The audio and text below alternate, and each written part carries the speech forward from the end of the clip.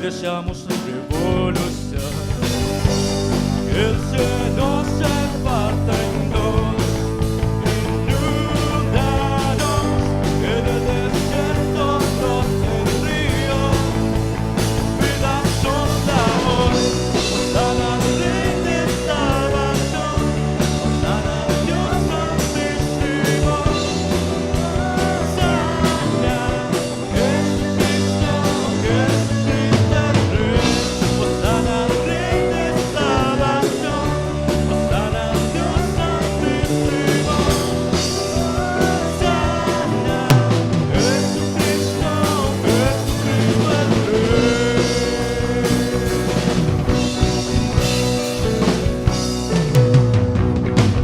Levantamos un clamor, sanidad y redención.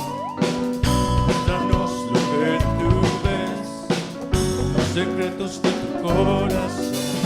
Un pueblo unido pide hoy libertad y salvación.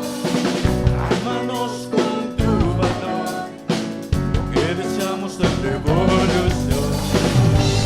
El cielo se parte en dos, inundados en el desierto broten ríos, vida sonda hoy, Osana al Rey de salvación, Osana al Dios Santísimo, Osana, Jesucristo, Jesucristo el Rey, Osana al Rey de salvación, Osana al Dios Santísimo, Osana, Jesucristo el Rey, eres Rey. Osana,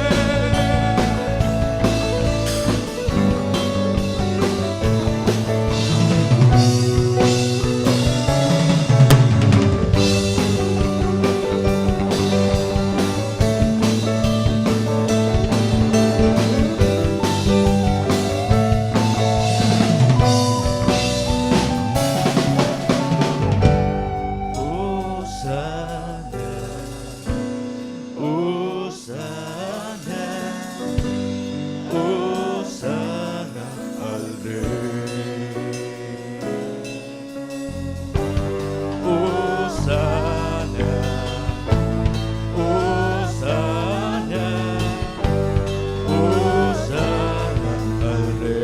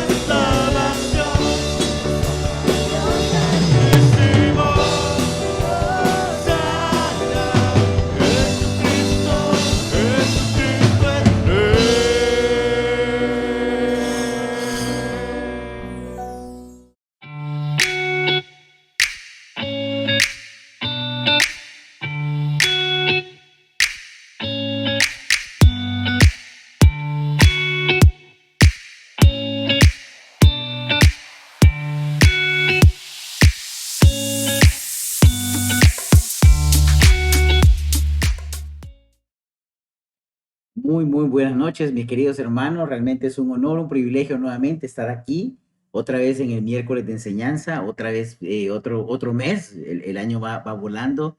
Realmente estamos muy felices de poder compartir siempre este segmento donde tomamos el tiempo para hacer un trabajo un poco más profundo y más técnico a veces que puede ser, pero espero que le estén sacando provecho, lo estén compartiendo con los hermanos también, porque nuestro sueño como Ministerio de Enseñanza para las iglesias en Honduras es que ustedes puedan crecer en el conocimiento pleno de Dios, pero un conocimiento basado en un estudio serio de la Escritura. Y bueno, saludamos a nuestros queridos hermanos de las tres iglesias en Honduras, San Pedro, Comayagua y Tegucigalpa, y a la vez a nuestros hermanos queridos en Puerto Barrios, fieles miembros también para que participan muchísimo, Señor. Hoy no me acompaña mi papá, Él va a estar el otro mes también en la clase. Pero hoy es un tema que quisimos salirnos un poco del esquema con mi papá y estuvimos discutiendo este asunto porque es un tema que creemos que es muy importante y realmente que hay que tratarlo como iglesia debido a también a muchas situaciones que pasan en la actualidad, en este mundo posmoderno y la idea de unas verdades subjetivas y opuestas a lo que es la palabra de Dios nos hacen ver la necesidad de poder hablar acerca de esto. Entonces, hoy vamos a tener un tema muy, pero muy interesante. Haciendo un resumen nada más de la vez anterior, si ustedes se recuerdan, estuvimos hablando acerca de los tatuajes, pero en realidad el tatuaje nada más era como un ejemplo de un versículo, cómo desarrollarlo. Y yo sé que algunos podrían decir, ay Dios mío, y todo eso hay que hacer. Tal vez estudió porque para usted era como, bueno, yo agarro la Biblia y como venga, así le hago y ahí sigue adelante. Claro, usted, usted va a captar muchísimo leyendo la Biblia una y otra vez, pero cuando usted quiere ir de una manera más profundo a temas doctrinales, digamos, con relación a un asunto en particular, entonces usted tiene que hacer todo ese trabajo de recorrido interpretativo y poder llegar a la conclusión de forma clara de qué es lo que la Biblia le está diciendo a usted referente a ese tema o a ese versículo que usted está analizando. Entonces, si es importante, hacia ahí va. O sea, usted tiene que leer la Biblia una y otra vez y otra vez y otra vez y otra vez. eh, pero también llega el punto donde usted tiene que empezar ya a hacer esa exégesis, o sea, es decir, hacer esa interpretación. Entonces, le sacamos bastante provecho esa vez, fue muy bueno y espero que se aprovechen, hermanos, puedan hacer uso de eso también. Por ejemplo, a veces yo escucho, hermanos, bueno, necesitamos mejorar, levantar la enseñanza en nuestra iglesia, hablar de otros tipos de temas. Bueno, ya lo estamos haciendo, pero a veces esas personas que dicen hay que hacer hay que levantar ese tipo son los que no ven las transmisiones o que realmente, pues, creen estar demasiado ocupados. Pero yo digo, no se ocupe tanto. No se olvide que lo más importante es el reino de Dios y su justicia. Y todas las demás cosas vendrán por añadidura. No somos ciudadanos de este mundo. Somos ciudadanos del cielo esperando nuestra patria todavía también. Entonces hoy vamos a hacer una oración para poder poner esto en manos de Dios y vamos a hablar de un tema que se llama una iglesia con discernimiento. Vamos a orar, por favor. Bendito Dios, Padre mío, gracias por esta hermosa noche, Señor, que mis hermanos se conectan para poder aprender, para poder, Señor, abrir sus corazones, Señor, fieles a la enseñanza, como dice la Escritura. Ellos quieren aprender, quieren tener ese corazón abierto, ese corazón absorbente, Señor, para poder poner en práctica y llegar a las verdades más profundas que que en tu palabra nos has dejado, Señor. Padre, muchas gracias, Señor. Padre, lo más espectacular es tu palabra, Señor, en una enseñanza, porque realmente es la palabra, solamente el trabajo que hacemos los maestros o los predicadores, simplemente, Señor, es tratar de entender, de buscar, de profundizar, de hacer preguntas para poder comprender el texto que tú nos has dejado y transmitirlo así a nuestros hermanos. Ayúdenos, ilumínanos con el Espíritu Santo para poder, Dios Todopoderoso, Señor, transmitir fielmente, Señor, tu verdad, lo que has querido comunicar a tu pueblo por todas estas generaciones a través de los siglos, Señor. Gracias, mi Señor, por todo lo que haces por nosotros. Hacemos una oración especial por el mundo, Señor, también. Haremos una oración especial por las personas que están en quebrantos de salud, para que tú les ayudes y les des fuerza en nuestra iglesia, principalmente a nuestros hermanos en la fe que están padeciendo. Dales fortaleza. Nuestra oración es su sanidad, Señor, pero también sabemos, Señor, que aún el sufrimiento nos fortalece también. Ayuda, Señor, que la fortaleza prevalezca, Señor, en los momentos difíciles, Padre, que un discípulo vive en su salud, Señor, y aún, Padre, por cualquier persona, familiar de nuestros miembros y en general el mundo entero, por las personas que padecen y que sufren. Padre, ten misericordia de sus vidas y ayúdale, Señor, a que puedan encontrar esas verdades profundas que le llenen en su interior, Señor, y les ayuden a conocerte mejor. Pongo en tus manos todo esto, Señor Padre, dame la sabiduría, Señor, la sensatez, la moderación, Señor, para poder transmitir de una forma correcta, Señor, lo que tú has enseñado a través del tema que veremos hoy. Lo pongo en tus manos, Señor, y te adoramos y te amamos en el nombre de nuestro Señor Jesucristo, te oramos. Amén. Muy bien, muy bien. Vamos a A ver, lo que le decía, ¿cuál es el tema? Bueno, el tema es una iglesia con discernimiento. Es decir, y vamos a entender un poco qué es este concepto del discernimiento, pero quiero que usted lo tenga bien claro, la necesidad que tenemos de poder ser una iglesia bíblica, primeramente, y si somos una iglesia bíblica, realmente usted va a saber, se va a dar cuenta que va a tener que ser una iglesia con discernimiento. Bueno, ¿qué es el discernimiento? Bueno, es esa distinción, esa segregación, esa separación que usted hace y los juicios que emite referente a algún asunto en particular, algún problema, alguna decisión. Entonces, esto hoy, hermano, es sumamente importante. ¿Por qué? Porque estamos altamente bombardeados realmente de información. Usted tiene cantidades de información industriales, como solemos decir nosotros, disponibles todo el tiempo. Clases, enseñanzas, predicaciones de este tipo, de otra doctrina, de esto, de lo otro, coaching, motivacionales. Y hoy todo el mundo es productor de contenido. Y dice, bueno, ¿y usted a qué se dedica? Soy productor de contenido. Entonces dice, no, bueno, o sea, una vez, le puedo contar que me da risa, haciendo un paréntesis, eh, creo que fue a donar sangre una vez y voy cuando me están llenando un formulario ahí, bueno, ¿a qué se dedica? En ese tiempo pues estaba haciendo consultorías independientes. Entonces le digo, no, independiente, le dije. Entonces, desempleado, me dice. Entonces, a veces hay muchos de estos productores de contenido que realmente tienen mucho tiempo, realmente. No pueden tener un trabajo, una familia y varias cosas a la vez. Es bien difícil para poder estar produciendo tanto contenido. De hecho, esta sesión que tenemos en este momento no lleva mucho trabajo, muchas horas de estudio, muchas horas de investigación, muchas horas de estudio de la palabra, oración, para poder llegar a su hogar, ¿no? Y para poder transmitirle apenas tal vez en una hora, que espero que sea el tiempo que no pasarme, no me gusta pasarme una hora, porque sé que se vuelve un poco pesadito. Pero una iglesia con discernimiento, este mes de junio, pues que aún los sanpedranos estamos de feria también acá, la feria de la ciudad. Entonces también hay un poco agitada la ciudad, ¿no? Con juegos mecánicos y todas las cosas por ahí. Entonces, veamos acá. Vamos a ir primero al fundamento. ¿Cuál es el fundamento realmente para nosotros los cristianos en cuanto a lo que es nuestra fe, nuestra iglesia, una iglesia bíblica? Entonces dice la Biblia en Efesios 2:19 al 21. Sí, pues ustedes ya no son extraños ni extranjeros, sino que son conciudadanos de los santos y son de la familia de Dios. La escritura nos anima siempre. Versículo 20. Están edificados, observe bien, sobre el fundamento de los apóstoles y profetas, siendo Cristo Jesús mismo la piedra angular, en quien todo el edificio bien ajustado va creciendo para ser un templo santo en el Señor. En Cristo también ustedes son juntamente edificados para morada de Dios en el Espíritu. Esta escritura es sumamente importante. Como a veces, una vez cuando estudiando la Biblia con alguien, siempre le digo esto cuando estamos estudiando el estudio de la familia, acerca de la iglesia, le digo yo, o sea, no todas las iglesias son buenas. Es una realidad. Y cuando una persona busca una iglesia, si usted, amigo, si está un amigo que no tiene la transmisión, busca una iglesia que sea bíblica. Es decir, que sea fundamentada, como dice acá, está en verso 20, edificados sobre el fundamento que son apóstoles y profetas. ¿A qué se refiere cuando dice apóstoles y profetas?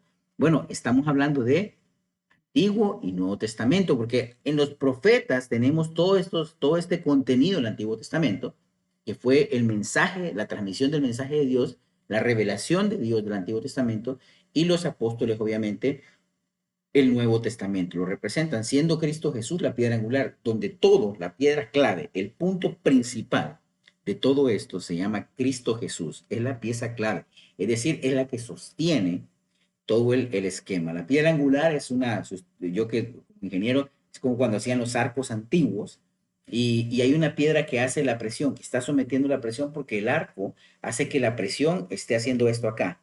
Entonces, la cuñita, digamos, esa es la piedra angular, es la piedra capaz de resistir toda la presión, donde se equilibran las fuerzas y se mantiene el equilibrio estático, o decir, se mantiene el esquema que no se va a caer. Entonces, Cristo es esto. Entonces, una iglesia bíblica es una iglesia fielmente fundamentada en la Biblia, en la palabra de Dios.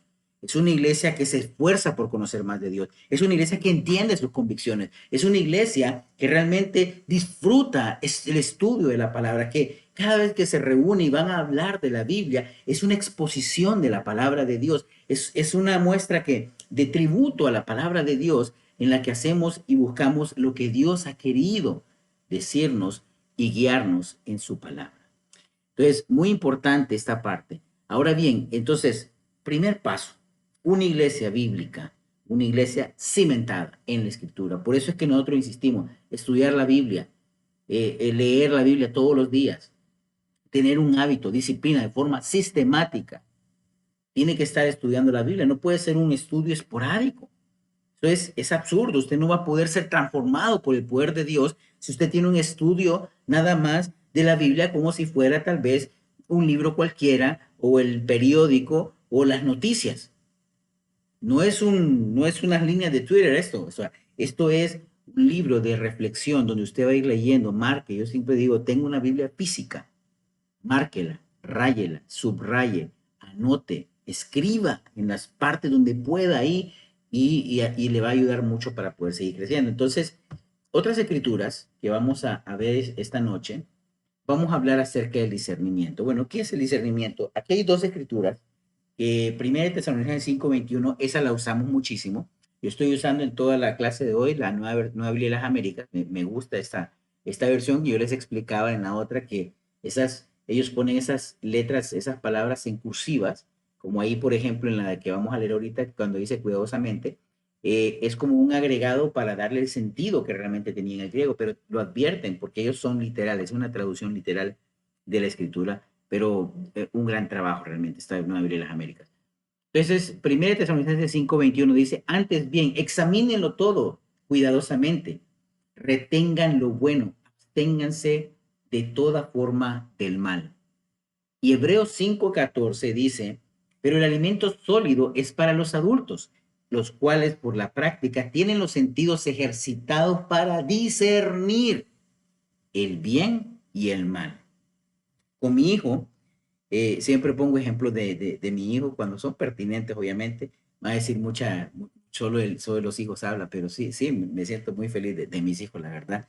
Aunque sí son bastante agotadores ser esta tarea de intentar ser un buen padre. Pero a mi hijo yo le digo, a ver, hijito, a ambos, a Eduardo y a Estefanía, que están más grandes, les digo, en este momento ustedes todavía no tienen la capacidad de poder saber qué es bueno y qué es malo. ¿Ok? Entonces yo les digo a ellos, como ustedes todavía no tienen esa capacidad, entonces ustedes realmente tienen que confiar en el juicio de papá, la forma como papá les está explicando que eso es bueno, eso es malo. Pero yo les digo, va a llegar un momento donde ustedes van a ir creciendo y van a ir madurando en su entendimiento y van a poder diferenciar lo que es bueno y lo que es malo y van a tener que aún juzgar la forma en que yo les enseñé. Y van a decir, bueno, no estoy de acuerdo con lo que mi papá me dijo. Y ya cuando llegan a la adolescencia, que empiezan a pelearse, va a sentir que a 12, 14 años saben más que sus padres que tienen un recorrido grande en la vida. Entonces, pero yo les digo, en su momento usted va a poder decidir, va a tener que discernir eso, les digo. Pero en este momento, hoy, ustedes son niños, yo les enseño qué es lo bueno y qué es lo malo. Yo lo voy a hacer de la mejor forma, de una forma recta, delante de Dios, con lo que yo sé, lo que he aprendido delante de Dios, y se los explico a ellos. Pero ustedes también van a tener que tomar una decisión también si quieren amar a Dios o no. En este momento yo sé que dicen que lo aman, pero van a tener la decisión si quieren comprometerse de una forma verdadera con Dios, porque todavía no están. Y es bien interesante tener las pláticas con los niños, ellos bien atentos, la verdad, me encanta hablar con ellos. Pero esto es lo que estaba pasando acá.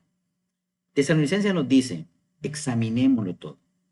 Esta es la convicción de un discípulo. Un discípulo, bueno, en ningún momento le vamos a decir, bueno, no escucha a X persona, aunque realmente, sinceramente, lo que yo sí te puedo decir, no te recomiendo porque no he escuchado que aporte sana doctrina realmente o algo que te va a edificar. Yo le puedo decir eso a alguien, pero no le puedo decir, te prohíbo que escuches a un predicador X, porque tal vez no es de mi agrado. Eso no lo vamos a hacer. Lo que te puedo decir, lo que le puedo decir a mi hermano, mi hermana es examínenlo todo cuidadosamente. realmente tengan discernimiento. El discernimiento es ese juicio que ustedes hacen. Retengan lo bueno, absténganse del mal y siempre y en todo. Esta es una regla para la vida. Siempre van a encontrar cosas buenas hasta en los de las personas que ustedes menos lo pueden imaginar. Hasta aquellas que nos han defraudado también. Ustedes van a encontrar cosas que usted puede aprender. Entonces hay que retener lo bueno. De esto se trata de discernimiento, examinar, hacer una reflexión profunda acerca de un asunto. Y en Hebreos, que es un llamado de atención, las advertencias de Hebreos, que ya tengo sueño de compartir esas advertencias de Hebreos, pero vamos con calma porque tengo bastantes compromisos ahorita, pero en esta parte, discernir el bien y el mal, o sea, dice que no somos, ya no, el alimento sólido es esto, discernir.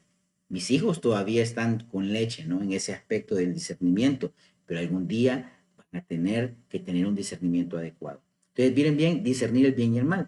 Y en la siguiente escritura, ustedes van a ver acá, Filipenses 1 del 9 al 10, yo pido en oración, miren, yo pido esto en oración, dice Pablo, dice que el amor de ustedes abunde aún más y más en conocimiento verdadero y en todo discernimiento, a fin de que escojan lo mejor, sean puros e irreprensibles para el día de Cristo, llenos del fruto de la justicia que es por medio de Jesucristo para la gloria y alabanza de Dios. Observe acá en la escritura conocimiento verdadero. Mire qué importante este tema. Yo sé que a veces nosotros como iglesia nos hemos sido muy prácticos y nos gusta la práctica, como deme el 1, 2, 3, vamos con ese camino, vamos los 5 pasos para poder hacer, y queremos que nos den reglas generales para todo. Pero conocimiento verdadero es una preparación, como lo que estamos tratando de hacer. Si queremos dar un salto, mis queridos hermanos, a que seamos una iglesia que exponga de una forma profunda las escrituras, que desafíe, pero no con un sensacionalismo, sino más bien con una profundidad bíblica, que lleguemos al corazón siempre de las personas y que sea la palabra de Dios lo que los vaya transformando, porque es lo único que los puede transformar permanentemente. Podemos motivar a personas con talentos, con personas con talentos, con grandes líderes, pero no vamos a poder transformar los corazones de las personas nunca, porque no es algo que nosotros podamos hacer. Eso es una obra poderosa de Dios a través del Espíritu Santo. Y aquí dice, tengan en todo discernimiento para que escojan, a fin de que escojan lo mejor. Miren qué interesante. El discernimiento me permite a mí poder escoger, es decir, estoy haciendo un análisis, recordemos la escritura de Tesalonicenses, examinando todo, analizando las cosas, ¿ok? Discerniendo, ya no como niños, alimento sólido, y aquí está diciendo Pablo, hay otras escrituras también, creo que Colosenses 1:9 también de hecho habla de esto, de una comprensión espiritual, menciona la palabra en lugar de discernimiento, pero aquí dice discernimiento para escoger. ¿Para qué? Para que podamos tomar las mejores decisiones. Nosotros tenemos que discernir. Mi querido hermano, o sea, la iglesia hoy, más que nunca, está expuesta también a ataques como lo ha sido siempre. Y hoy el mundo posmoderno va a decirle muchas cosas y vamos a ser atacados aún, porque muchos van a decir de algún momento, es que la religión ha hecho daño. Yo siempre me gusta compartir esto porque he escuchado muy frecuentemente que usan algunos eventos del pasado de personas que han usado el nombre de la iglesia, pero no han seguido la Biblia, porque la Biblia no promueve ninguna de las cosas incorrectas que ellos hablan que hizo la iglesia. Entonces, como excusa para no acercarse, es que la religión ha hecho mucho daño, hirió personas, bueno, no fue el seguir la Biblia, si hubieran seguido la Biblia no habría pasado nada de eso, pero ha sido cuando el hombre quiere ser el protagonista y no la escritura. La escritura pasa a un lado y vienen los intereses del ser humano, de nuestra mentalidad reprobada que tenemos por la caída, que vamos a hablar de eso también. Pero hay un tema, el mundo posmoderno hoy, donde la verdad es subjetiva, donde cada quien dice, bueno, con tal, si es tu ver, si para vos está bien eso, pues está bien, no me meto con tu vida. Si usted se cree que es una cebra, perfecto, usted está bien, no me meto con su vida, haga lo que usted quiera. Si usted se siente bien, todo se trata de sentimiento. Miren qué interesante porque vamos a hablar de eso también. Pero quiero poner a usted unos conceptos que posiblemente usted mismo ha escuchado. Si son universitarios, yo sé que vamos a hablar de estos conceptos de una forma más profunda. Voy a estar ahí con ustedes en Acción Estudiantil, en el Congreso en Tegucigalpa, y voy a hablar un poco más profundo de este cristianismo progresivo, esta teología progresiva, que se está queriendo infiltrar en la iglesia. Pero este es un lenguaje del mundo posmoderno donde no hay una verdad absoluta, cosa que nosotros los cristianos sí creemos que existe, porque Jesús mismo dijo, yo soy el camino, la verdad y la vida. Jesús hablaba de ser la verdad. Y estos conceptos, observémoslos acá, son muy recurrentes en las redes. Tal vez usted lo ha visto en algún momento. Por ejemplo, cuando hablamos de una construcción social y empezamos a hablar, bueno, como todo es una construcción social, entonces hay que hablar de deconstruir. Tenemos que deconstruir. eh, ¿Cómo se llama? Como ingeniero, por ejemplo, para nosotros era, bueno, construyo o destruyo, ¿no? Pero aquí es de construir. Ya vamos a hablar de qué se trata esto de construir para que cuando usted escuche esos términos y ponga mucha atención, para que cuando usted escuche estos términos no los saquen como qué será lo que están hablando o no los sorprendan tampoco también. Este lenguaje también de opresión, de minorías oprimidas, necesitan ser liberadas, opresión, liberación. Es parte del lenguaje también que el mundo hoy está usando para poder, es una manipulación del lenguaje, se lo diré, una forma de manipular también a través del lenguaje. Con eso porque vamos a verlo también, qué pasa cuando hablamos de opresión y cómo nos sentimos los seres humanos. Y he escuchado otros también que hablan este tema como el trauma religioso, dicen que bueno, ese concepto sí lo escucho hasta muy reciente nada más, y la sanación, ¿no? Porque hay un trauma religioso. Vamos a hablar de estas cosas también y vamos a desglosar estos tres, digamos, conceptos que son bastante posmodernistas, ¿no? No vienen de la escritura realmente, directamente, aunque obviamente sí la Biblia menciona oprimidos y lo que debemos de hacer como cristianos también contra las personas que son oprimidas, pero los demás sí son otros temas también más, digamos, postmodernos de la sociedad misma. Entonces, sumado a eso, entonces aquí vienen alrededor de estos mismos conceptos, se agregan, digamos, bueno, en esta construcción social, porque ya lo vamos a ver, todo es una especie de ideas o se ha construido toda esta estructura para poder hacernos creer una cosa de una forma malintencionada, con intrigas de poder, conspiración, como le quiera llamar. Entonces, bueno, los posmodernistas o el mundo hoy dice, bueno, como la Biblia puede ser a veces compleja, que el mensaje de salvación es claro, pero dicen, no hay una interpretación bíblica verdadera. Cada quien, como usted la interprete, si usted la leyó y sintió que eso le sirvió a usted, entonces eso está bien. Si usted se sintió bien así, lo que entendió de la escritura ese día, que esto es opuesto a lo que nosotros hemos estado enseñando. ¿Se recuerdan? Hablamos del axioma del lenguaje, es decir, hablamos de que el lenguaje tiene que tener un solo significado. No pueden haber múltiples significados, porque si hubieran múltiples significados, entonces sería confuso. Dios no hubiera dejado una confusión total. Entonces, esa es parte. En este tema de la opresión y liberación, dicen narrativas opresoras. Es decir, hemos creado historias que nos hacen actuar de la forma como actuamos, de una forma opresora.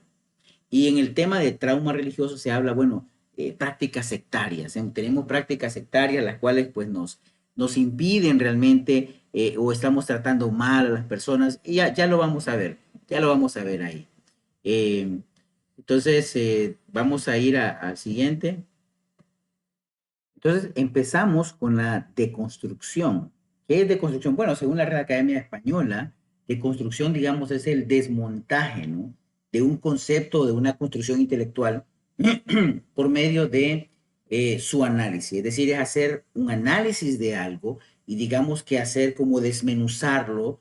Es una construcción intelectual, son ideas humanas, ideas, un pensamiento estructurado que se llegó a creer como una, digamos, puede ser como una especie de doctrina o enseñanza que debe de desglosarse. Y de construir es deshacerlo analíticamente, o sea, el verbo ya, para darle una nueva estructura. Entonces, este es como un concepto nuevo que usted va a ver. Entonces, cuando usted escuche que le digan ahí, escucha ahí, de construir, bueno, están hablando de eso, de deshacer y volver a hacer. Entonces, para ponerle cosas más sencillas, pero analizándolo detalladamente, ¿ok? Y en el mundo posmoderno, el cristianismo es solo una construcción intelectual y no la revelación del único Dios verdadero, por lo que es necesario deconstruirlo. Y eso es lo que está pasando ahora. Están agarrando el cristianismo y bueno, lo están haciendo como quieren. Cada quien quiere ser un cristiano o llamarse cristiano, porque no lo es, con base a su propia forma de cómo ve la escritura y cómo interpreta los textos a como le da la gana. Pero también el mundo está viendo como, bueno, el cristianismo hay que desmenuzarlo también porque no creemos que esa narrativa que trae el cristianismo es algo opresora también, que ya lo vamos a ver más adelante. Entonces, importante este tema de construcción. Y en la parte de construir, yo quiero que se fijen en este ejemplo que quiero poner. Diferencia entre cristocentrismo y el egocentrismo. Cristocentrismo es lo que enseña la Biblia. Cristo es el centro de todo. Cuando Cristo es el centro de todo, la persona está aferrada a la escritura. La persona busca tener dominio propio, tiene control, busca tener control de sí mismo, que es lo que promueve una vida en Cristo, dominio propio. ¿Cómo Dios me ve? Estoy preocupado no como los demás me ven, no como la sociedad piensa, sino como Dios me ve. ¿Qué es lo que Dios piensa de mí? Y esa es mi expectativa. No es compararme como, bueno, el vecino será, ¿cómo se sentirá el vecino? ¿Estará mejor o peor que yo? No se trata de eso. En realidad se trata de cómo Dios me ve. ¿Ok? Soy responsable de mis actos. No ando huyendo, busco la responsabilidad, soy responsable, ¿no? Estoy consciente de que tengo una responsabilidad y delante de Dios tengo una responsabilidad que cumplir. No se trata nada más de un tema de que Dios es parte de un buen negocio o una buena negociación para mí. Soy responsable de mis actos. Y abajo también, abajo de dominio propio, teníamos negarse a uno mismo. Eso es lo que dice la Biblia. Me niego, no soy yo no soy el centro, yo no soy lo más importante. Yo me niego a mí mismo, niego lo que mi cuerpo, mi naturaleza pecadora quiere hacer para poder honrar a Dios. Y entiendo que soy una persona necesitada de gracia. Soy incapaz de poder lograr las expectativas y las demandas de Dios. Y necesito la gracia de Dios para poder realmente tener una intimidad con Dios real, una relación con Él. ¿Y qué pasa ahora? Bueno, si lo deconstruimos, porque aquí esta es como la estructura. Entonces, digamos que vamos a la otra parte, donde el ser humano es el centro. Si sacamos a Cristo, porque esto es lo que hace el mundo, el mundo actual, saca a Cristo del centro y ahora viene a ser el ser humano. En el momento que pasa a ser el ser humano, hay un cambio profundo ahí, hay algo problemático, porque ya no es aferrado a la escritura, ya no es aferrado a lo que le dice la escritura, sino es mis sentimientos. ¿Cómo me siento yo respecto a esto?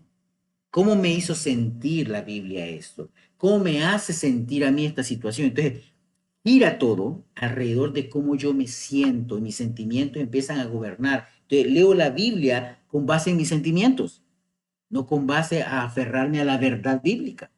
Y ese es un problema también cuando el ser humano empieza a ser el protagonista.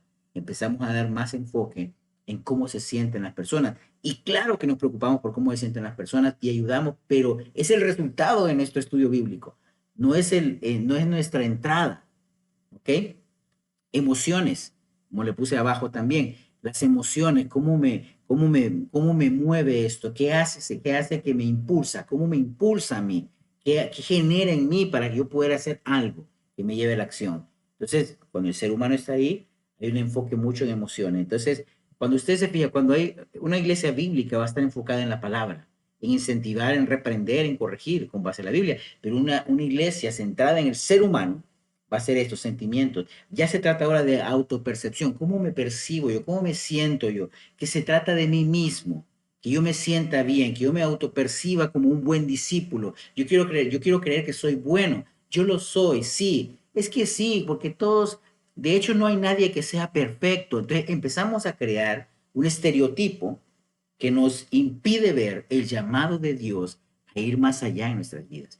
En los placeres, viendo la parte de abajo, los placeres se vuelven lo más importante, que yo me sienta que estoy gozando, el gozo interior. Y claro que sí, cuando usted tiene una relación con Dios, se trata de vivir una vida de gozo por honrar a Dios, pero es una vida de negarse a sí mismo. Yo no puedo vivir atado a mis placeres.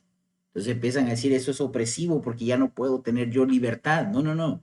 Es poder ser libre de ser dominado por mis propios placeres. Y viene un proceso en la parte de arriba, vean, victimización. Es decir, ya no soy yo responsable de mis actos, sino soy víctima de la circunstancia y lo que hago es consecuencia porque me hicieron daño, porque en el pasado alguien hizo una situación que ahora me generó un trauma y ahora entonces ya no soy responsable, soy una víctima. La sociedad, los culpables, y ahora bueno, los culpables son los papás, los culpables es la sociedad, los culpables son los profesores, pero el individuo ya no quiere ser responsable. El individuo está huyendo de la responsabilidad y eso no es lo que enseña la Biblia. La Biblia nos enseña a ser responsables delante de Dios, a ser responsables en nuestra sociedad, en todo lo que hacemos, dar la cara, no excusarnos. Pero hoy se ha dado esta victimización. Y por último, en la parte de abajo, me lo merezco. No, es que yo no me merezco ser tratado así. O a veces dice uno, me lo merezco, no me lo merezco. Dice, no merezco que me hayan hecho esto. Sí, porque usted está muy enfocado en pensar en lo que usted cree que merece, pero necesita empezar a tener una vida cristocéntrica, cristocentrismo, Cristo, el centro de lo que usted debe de vivir. Mira la diferencia, entonces, si deconstruimos, si hablamos de deconstruir, podría ser pasar de un cristocentrismo a un egocentrismo, pasar a preocuparnos más por cómo se siente la persona, aunque esto vaya opuesto a la palabra de Dios. Y hay mucho cuidado, porque la Biblia misma nos enseña. No hay nada tan perverso y engañoso que el corazón humano. Por eso la Biblia es nuestro estándar. Yo lo invito, mi hermano, a que pueda aprender esta lección muy importante. Entonces, cuando hablamos de deconstruir, bueno, el término de deconstruir, en mi opinión, y esto es parte mía también, creo yo no ser lo más apropiado para referirse a cambiar prácticas de la iglesia o a un asunto doctrinal. No son los términos que usamos ni históricamente la iglesia para definir, digamos, cuando algo debe ser cambiado, una práctica o algo. Entonces, deconstruir, yo diría que es un término más popular hoy, pero no necesariamente es el término que debemos de usar. Hay otro término que sí es el que debemos de usar, como la exégesis. El estudio es porque es a través del estudio exegético de la Biblia que comprendemos la aplicación correcta de los principios bíblicos en nuestra actualidad. Como lo enseñamos ya, ¿qué es la exégesis? Es la aplicación de todos esos principios que se han hecho para que yo pueda interpretar la escritura y entender la escritura de una forma coherente, no con base a cómo yo me siento al respecto, sino más bien con base a lo que realmente la comunicación clara debe darse. Dios comunicó un mensaje y él lo hizo a través de la forma como nos comunicamos los seres humanos, es decir, usó la gramática, no empezó a hablarnos enredado ahí, sino dejó de una forma clara un mensaje usando figuras del lenguaje, visto el lenguaje figurado, símbolos, esto tal y como pues el ser humano los puede comprender. No está más allá de nuestra imaginación y nuestro alcance, está al alcance. Entonces, hablemos de un estudio exegético, mejor, en lugar de construir y de hacer esta, digamos, este gran show, digamos, que podría ser, hablemos de exégesis, hablemos de interpretar la escritura correctamente. Ahora bien, aún siendo estudiantes serios de la Biblia, no estamos exentos de cometer errores en la interpretación de un texto. Mantengamos humildad y buena disposición de ir más y más profundo en el estudio de la palabra de Dios. Esto tratamos de hacerlo, mis queridos hermanos, y por lo menos como Ministerio de Enseñanza, ese es nuestro compromiso. No creemos saberlo todo, somos aprendices, estamos estudiando y preparándonos para poder brindar un servicio a nuestra iglesia para edificación del cuerpo de Cristo. Pero entendemos con humildad que debemos, si hay que evaluar algo, lo vamos a hacer, pero es a través de un estudio serio de la Biblia.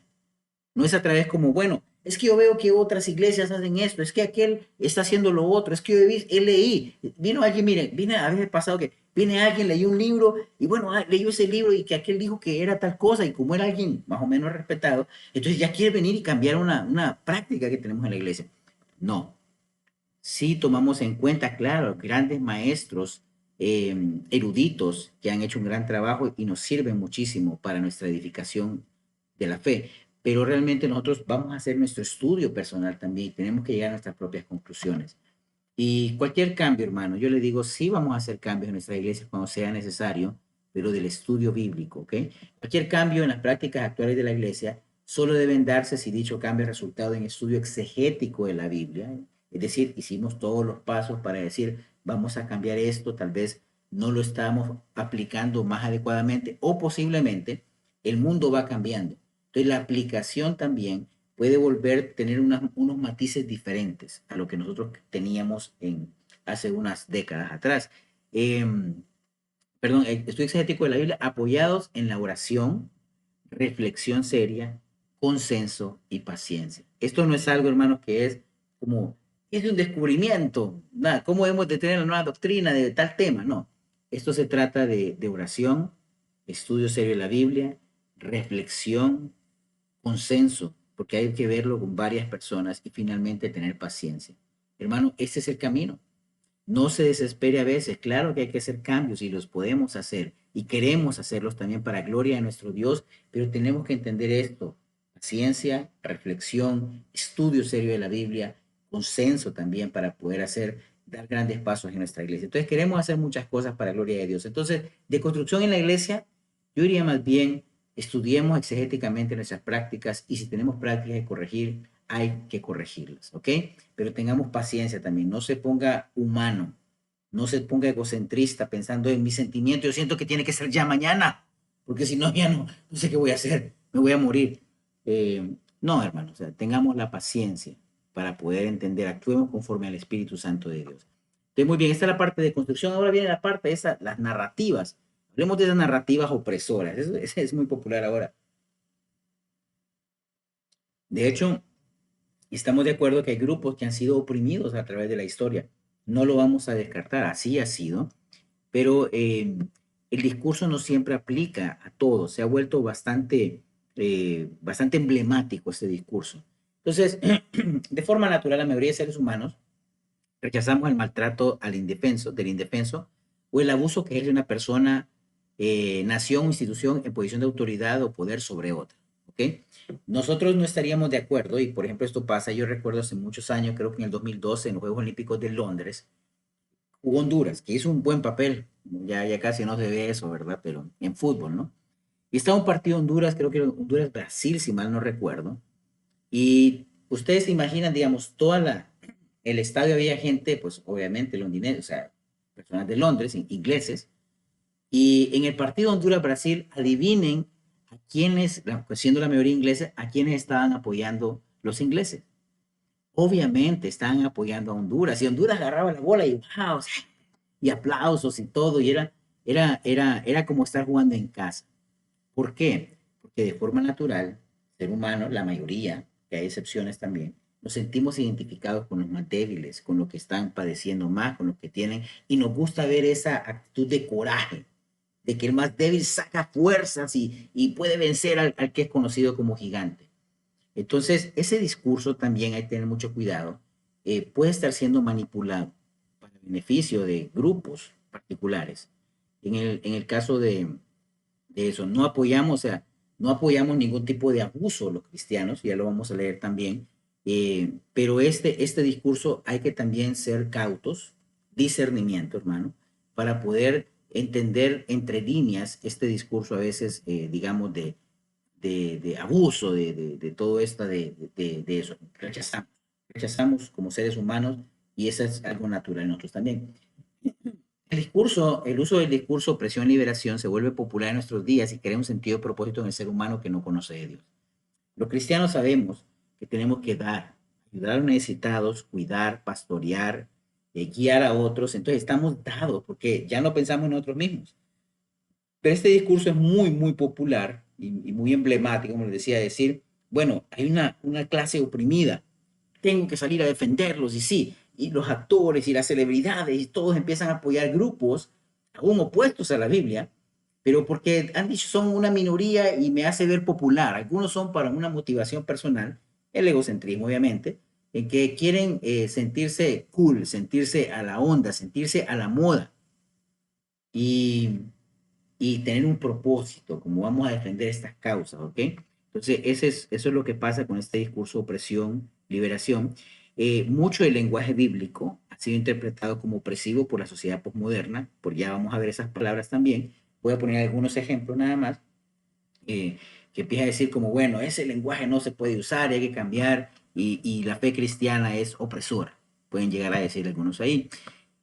La Biblia nunca incita o promueve el abuso de un ser humano sobre otro. Por el contrario, dignifica al ser humano por haber sido creado a imagen de Dios. Todos los humanos son dignos, tienen dignidad y debemos respetar eso también, porque fueron creados a imagen de Dios. Esa es la razón. Y eso es lo que promueve nuestra forma de ver el mundo de una forma cristiana. Hemos sido creados, somos valiosos los seres humanos, porque somos una creación especial de Dios. Somos algo especial y realmente nosotros creemos que cada ser humano debe ser tratado con mucho respeto también y que jamás apoyaríamos ningún tipo de discriminación bajo ningún término de un ser humano por ninguna causa. Entonces, en estas narrativas, aquí están estas palabras. Por ejemplo, no les gusta, ¿no? Sométanse. Es una palabra que pues, puede ser fuerte. Algunos dicen someterse. ¿Qué? ¿Cómo? Pero no, pero bueno, someterse, pero hasta cierto límite. Ponerle límite, porque tampoco me voy a someter todo el tiempo. La Biblia dice, Efesios 5:21, sométanse unos a otros en el temor de Cristo. La Biblia no está diciendo, bueno, sométanse unos a otros cuando hay gente que valga la pena someterse. O sométanse de vez en cuando ahí. Sométanse unos a otros. Someternos también, o sea, tener ese nivel de humildad. Este lenguaje no le gusta al mundo de ahora, pero es un lenguaje bíblico. Someterse es un lenguaje bíblico. No vamos a ocultarlo. Sopórtense. Este está duro también. ¿Qué? ¿Soportar? No. ¿Y por qué voy a sufrir yo por otro? Y Colosenses 3:13 dice, soportándose unos a otros y perdonándose unos a otros si alguien tiene una queja contra otro. Como Cristo los perdonó, así también háganlo ustedes. Soportarse. Como somos seres humanos, vamos a mantener nuestra naturaleza pecadora aún y vamos a seguir luchando. Y en eso, cuando estemos juntos, vamos a ser un poco insoportables en algún momento. No se preocupe, hermanos, si de repente hay hermanos que son más difíciles de soportar. Es normal, a veces lo hay. Pero nuestro llamado es soportarnos porque posiblemente usted tampoco es, como decía un perito en miel, como decían algunos, mi papá tal vez. Entonces, soportarse. Sufrir por hacer el bien. Dice ahí, 1 Corintios 6:7, así que en efecto es ya un fallo entre ustedes el que hay el hecho de que tengan litigios entre sí. ¿Por qué no sufren mejor por la injusticia? ¿Por qué no mejor ser defraudados? ¿Por qué no ser mejor defraudados? Y este es un caso especial en la iglesia en Corinto, donde los discípulos, miembros de la iglesia, estaban llevando a las autoridades paganas a someter a juicio, no podían arreglar sus conflictos entre ellos. Tal vez tenían un tema de deudas o algo, y tenían el conflicto a tal grado que ya ni se querían ver en la iglesia. Y tenían el conflicto a tal grado que tenían que irse a los juzgados, digamos, paganos, en lugar de decir, hey, no pueden ustedes a resolver. Y a veces con resolver, para resolver un conflicto, muchas veces se necesita una parte humilde y una parte que esté dispuesta a ceder también. Ese es el primer paso. Obviamente, si los dos están dispuestos a ceder, entonces el conflicto ya no existe. Pero alguien tiene que ceder a veces. Y normalmente, en el caso del cristianismo, es la persona que tiene un más profundo amor por Dios y sabe que al final, por eso Pablo dice ahí, no sería, ¿por qué no sufren por la injusticia mejor? ¿Por qué no mejor ser defraudado? No importa, porque tienen un Dios que lo ve. Tienen un Dios que ve cuando ustedes, digamos, aun cuando saben que alguien les ha hecho daño, usted ha ido y ha pedido perdón por su parte. Y no es que está, porque lo que pasa es que usted va a pedir perdón, pero sale más enojado porque usted quería que la otra persona le pidiera perdón, porque en realidad usted piensa que la otra persona le hizo más daño a usted. Pero y le fue a pedir perdón porque usted quería seguir con el protocolo del perdón y esperaba que la otra persona, y la otra persona le dijo, te perdono. Y usted queda como, yo lo he vivido, hermano. Digo yo, bueno, yo siento que soy la víctima acá, pero realmente no estoy exento de fallar. Y he pedido perdón y la otra persona a veces de forma arrogante me ha dicho que me perdona y me concede casi su gran perdón y gracias por su gran perdón. Y no se siente bien. Pero Dios se lleva la gloria cuando hacemos, sufrimos por las injusticias, por hacer lo que es correcto, por un bien, por el bien de la gloria de Dios, por el bien de nuestra iglesia. Hacemos, cedemos. Es difícil porque los conflictos cuando llegan, nadie quiere ceder, pero si hay una parte que ama profundamente a Dios, va a estar dispuesto a hacerlo. Entonces, y la otra parte, abnegación, este lo compartí en la clase anterior acerca de los tatuajes, Todo es lícito, pero no todo es de provecho, todo es lícito, pero todo edifica. Nadie busque su propio bien, sino el del prójimo. Este lenguaje no les gusta, abnegarse. ¿Cómo? ¿Por qué me voy a limitar yo? ¿Por qué voy a estarme limitando por otros? ¿Por qué voy a estar yo preocupado por lo que piensen los demás? Y mire, mire lo que termina pasando acá. No queremos someternos, no queremos soportar a nadie, no tenemos paciencia para soportar a nadie, no queremos sufrir por hacer, queremos realmente que todo nos vaya bien. No queremos estar dispuestos a ceder, a sufrir aún por la justicia. No queremos abnegarnos, no queremos negarnos a nosotros mismos y dejar, poner a un lado nuestros intereses personales para que puedan estar aquí los intereses de Dios y del bien de nuestra iglesia. Hermano, ¿cuánto necesitamos? Este lenguaje no le gusta a este mundo nuevo, posmoderno. Este mundo no quiere hablar de sumisión. ¿Qué es eso? Sumisión. No. Liberación. En lugar de sumisión, ¿es popular sumisión? No, lo popular es liberación, sanación. Pero cuidado, porque la Biblia habla claramente que hay que someternos, hay que soportarnos, hay que sufrir por hacer el bien, hay que negarnos a nosotros mismos y no pensar solamente en nuestro propio bien, sino en el bien de los demás. ¿Se dan cuenta, mis queridos hermanos? ¿Se dan cuenta este lenguaje cómo ha traído un cambio tremendo? Yo quiero explicarle, por ejemplo, narrativas opresoras. Posiblemente someterse a todas estas cosas que hemos hablado puedan verse hoy como algo opresor, pero en realidad es algo bíblico. Y yo, pues como cristiano, ya en mis 25 años como cristiano, yo me he tenido que someter, he tenido que soportar, he tenido que sufrir por hacer el bien y he tenido que dejar a un lado mis intereses para el bien común. Y yo lo hice todo, lo he hecho todo para gloria de Dios. Cuando usted lo hace para gloria de Dios, Dios se glorifica. Y Dios, usted no se va a sentir, van a pasar los años, tal vez, no, es que no era necesario hacer un sacrificio de tal manera. Si usted lo hizo para Dios, aunque pasen los años, usted se va a sentir bien de haberlo hecho para Dios. Y eso es lo que quiero invitarlo. No tenga, no se limite. Dé a Dios lo mejor de su vida. Dé lo mejor, no se preocupe. Si le tocó sufrir o que algunas decisiones tal vez no pudieron ser las mejores o que tal vez usted creyó que se excedió, pero lo hizo para gloria de Dios. Y hablando de estas narrativas opresoras, yo quisiera como dejar nada más claro cuál es nuestra narrativa bíblica. En resumen, es más, pero quisiera resumirla de esta manera. 4 pasos. La creación. El Dios Todopoderoso creó creó todo. Génesis 1:1. Está la caída, la desobediencia y la expulsión del jardín del Edén, lo que crea el problema para que usted y yo estemos luchando con nuestra naturaleza, con la cual tengamos que soportarnos, porque no es fácil soportarnos, es debido a esto, la caída y la desobediencia. Ahora estamos esclavos, como decía Pablo en Romanos 7, el pecado que está en mí. Mi corazón se deleita en la ley de Dios, pero mi cuerpo en la ley del pecado. Pobre de mí, miserable de mí, decía Pablo, porque estoy sujeto, quiero hacer el bien, pero mi naturaleza hace una fuerza poderosa contra mí. Pero también viene lo otro, hay una caída, hay una desobediencia, una expulsión, pero está la redención, como dice Efesios 1:7, en él tenemos redención mediante su sangre, el perdón de los pecados, según las riquezas de su gracia. Es decir, hay esperanza.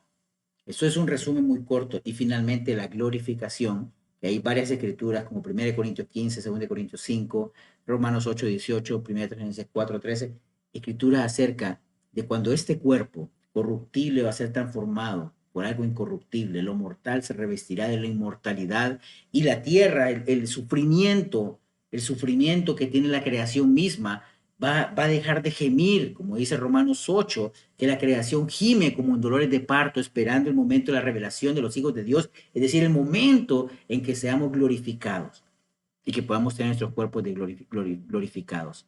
Ese momento lo esperamos. La narrativa bíblica esto es opresión, narrativa opresora, tal vez será la Biblia.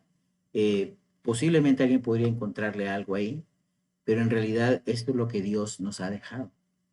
La Biblia brinda una narrativa que le da sentido y de coherencia para que comprendamos la historia humana y el plan de salvación de Dios. Fuimos creados con el propósito de glorificar a Dios. Fallamos, pero hay esperanza en Cristo Jesús en nuestra redención y un día seremos glorificados. Cuando usted entiende eso, tu vida entera da un giro. Porque usted tiene que vivir pensando, usted ya no vive pensando como alguien que va a estar, que su vida terrenal es todo lo que existe. Usted sabe que este es un ser, que un día va a tener un cuerpo glorificado y que ya no va a estar sujeto a este sufrimiento humano. Entonces usted va a vivir con base en lo que cree. Entonces, muy importante. Entonces, narrativa opresora, bueno, no, yo creería que no, pero para algún lenguaje posmoderno podría pensar que sí, ¿ok? Pero bueno, digamos, y finalmente, pues el trauma religioso, ya casi estamos terminando. Trauma, bueno, es un choque emocional que produce un daño duradero en el inconsciente, una emoción, una impresión negativa fuerte y duradera, es algo que me impacta y que me hace también tener ese, digamos, cuando estoy expuesto a situaciones similares, una presión, una ansiedad y me hace sentir muy preocupado.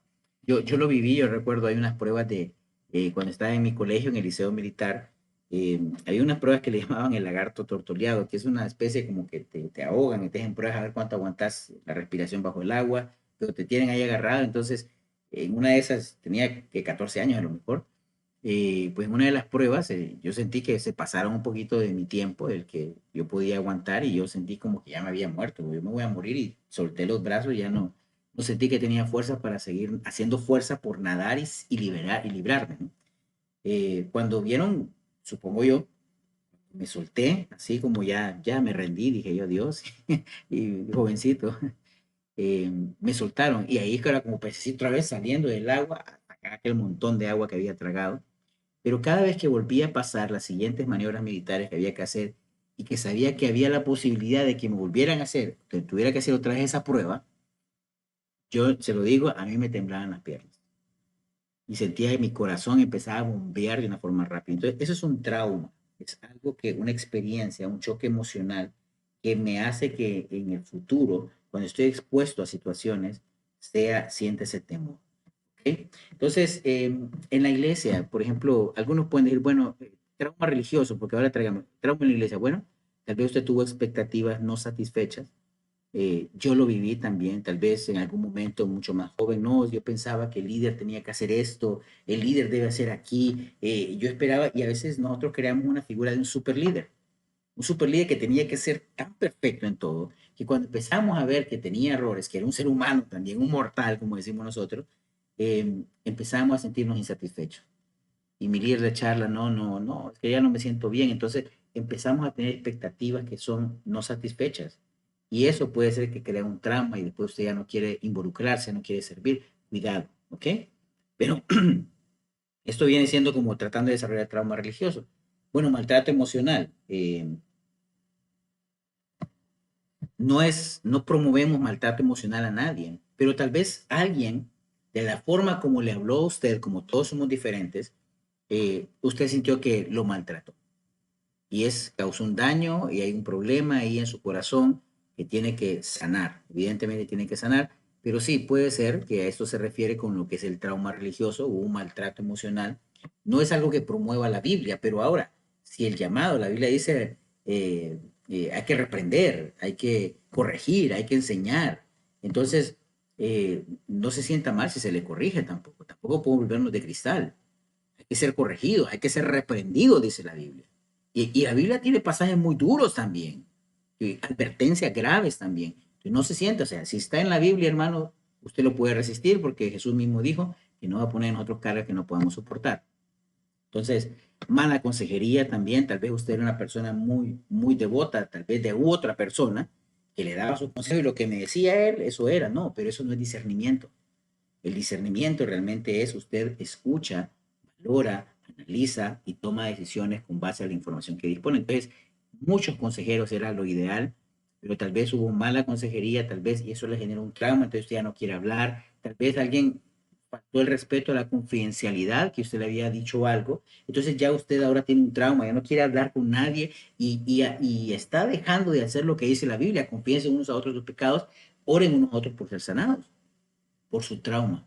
No deje que eso sea un obstáculo para usted, porque usted tiene que seguir haciendo las cosas para la gloria de Dios.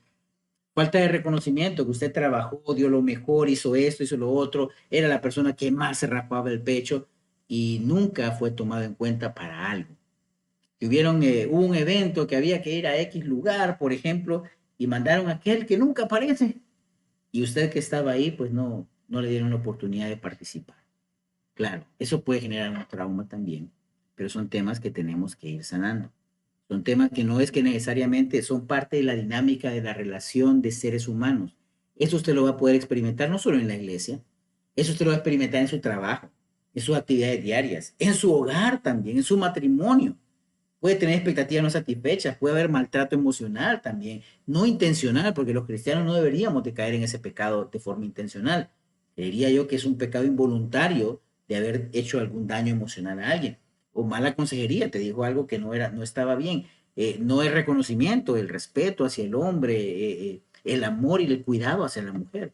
Eh, Te va a pasar en cualquier tipo de relación. Entonces, tal vez pudo alguien sentirse ahí, entonces hablamos de trauma religioso de esto. Y la otra es también, un trauma común también es la valoración por resultado, es decir, qué tan productivo es usted. Si usted es productivo, usted no sirve, si no, no.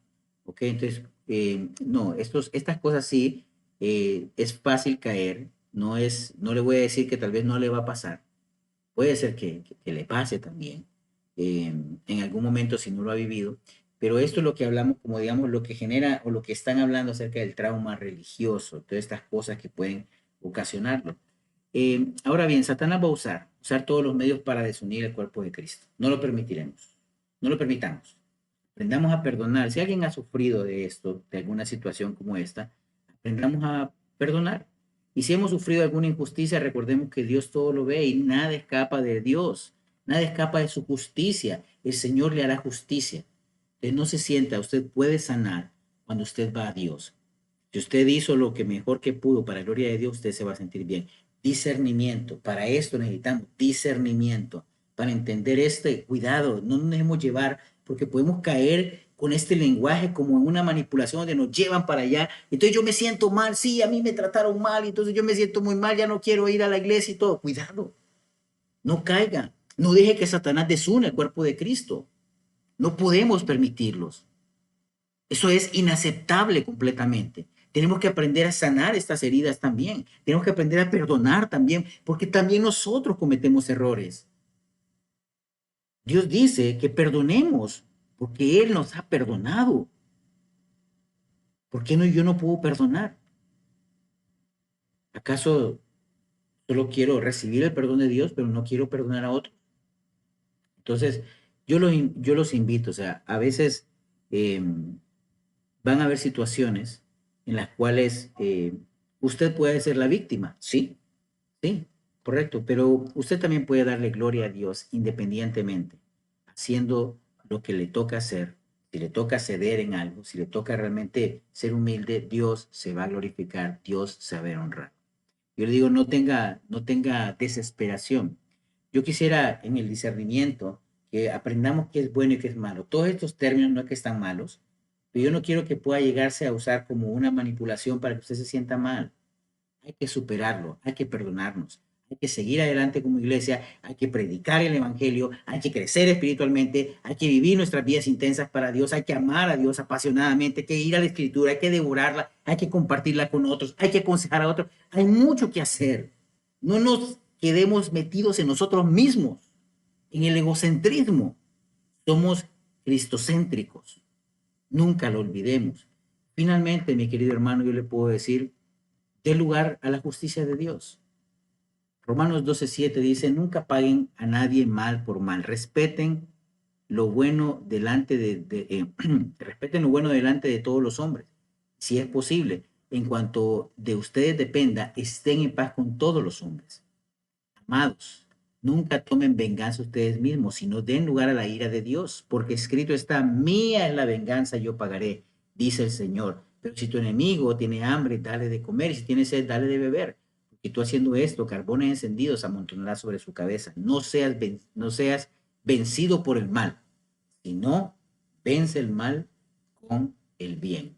No vamos a ir, no se trata de cómo se llama, como caso de los oprimidos y los opresores y los oprimidos. A veces lo que piensa el mundo es que si alguien oprimió a alguien, ahora se trata de la justicia de que el que fue oprimido ahora sea un opresor y se convierta en un tirano peor y haga pagar al que fue opresor. Aquí se trata de dejar que Dios haga su justicia. Si alguien no hace su labor como líder, como persona, algo, él va a rendir cuentas delante de Dios. Demos lugar también a que Dios sea el que haga la justicia, mis queridos hermanos. Entonces confiemos en Dios, no nos desesperemos, no se deje, digamos, sorprender con este lenguaje moderno. O sea, nosotros tenemos un Dios que todo lo ve, confiamos en la justicia de nuestro Dios y sabemos que Él se lleva la gloria en nuestras vidas. Entonces usted comprométase con Dios, no tenga miedo de ser un discípulo comprometido, no tenga miedo de honrar a Dios y de ponerlo en primer lugar. Disfrútelo, goce de su vida espiritual y su vida dedicada como hombre y mujer de Dios. Hermanos, muchas gracias, espero que haya sido de mucho provecho. Dé la gloria a Dios, dé lugar a la justicia de Dios, haga como lo que ha visto en esta escritura, sepa discernir, no se deje sorprender, sino más bien discernimiento. Una iglesia con discernimiento es el sueño que queremos para nuestras iglesias en Honduras. Hermanos, para Dios sea la gloria, buenas noches, nos vemos el próximo miércoles de enseñanza. Hasta luego.